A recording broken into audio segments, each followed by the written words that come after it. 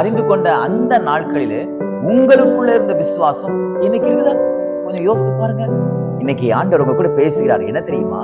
நீங்கள் சாதாரண மனிதர்கள் அல்ல, தேவனுக்கு நீங்கள் பங்கு உள்ளவர்களாய் தேவனுடைய பிள்ளைகளாக நீங்கள் இருக்கிறீர்கள். நான் ஒரு வசனத்தை வாசிக்கிறேன் பாருங்கள்.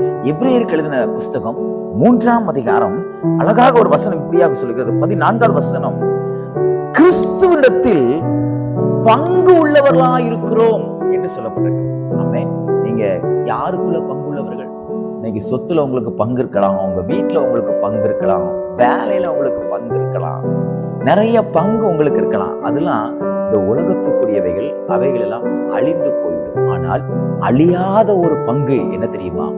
கிறிஸ்துவோடு கூட இருக்கக்கூடிய பங்கு. கிறிஸ்துவே நமக்கு பங்கா இருக்கிறாராம். அப்படி என்றால் நான் அவருக்கு உரிமையானவன், அவர் எனக்கு உரிமையானவன். எப்படி இது உண்டாகும்? நான் எனக்கும் கர்த்தருக்கும் சம்பந்தம் இல்லை, நான் துன்மார்க்கமா இருக்கிறேன், நான் நிறைய தப்பு பண்றேன் அப்படின்னு சொல்லி நீங்க ஓரமா ஒதுங்கினா கூட இயேசு கிறிஸ்து தம்முடைய ரத்தத்தினால உங்க பாவங்கள் எல்லாம் கழுவி தன் பக்கமாக இழுத்துக்கொண்டு அவருக்கு நீங்க பங்குள்ளவர்களாக, உங்களுக்கு அவர் பங்குள்ளவர்களாக மாற அவர் உண்மை உள்ளவராக இருக்கிறார். அதுக்கு என்ன தேவை தெரியுமா? ஆரம்பத்துல கொண்ட விசுவாசம் உங்களுக்கு இருக்கணும். இந்த வசனம் அப்படிதான் ஆரம்பிக்குது.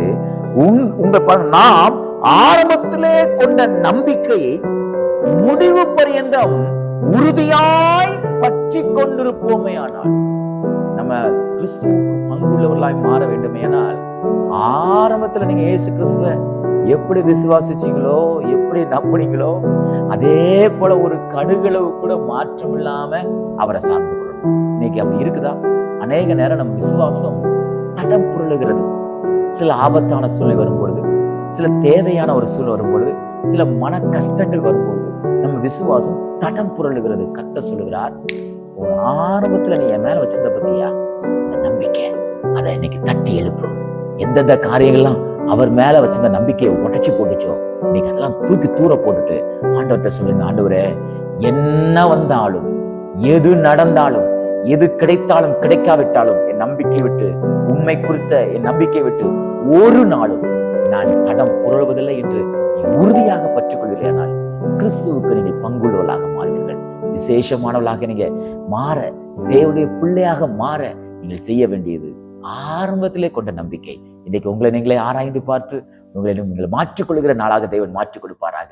இந்த நாள் உங்களுடைய நம்பிக்கை உறுதியாக மாறுகிற நாள். இந்த நாள் கிறிஸ்துவின் பக்கமாக உங்கள் நம்பிக்கை மாறுகிற நாளாக தேவன் மாற்றிக் கொடுப்பாராக.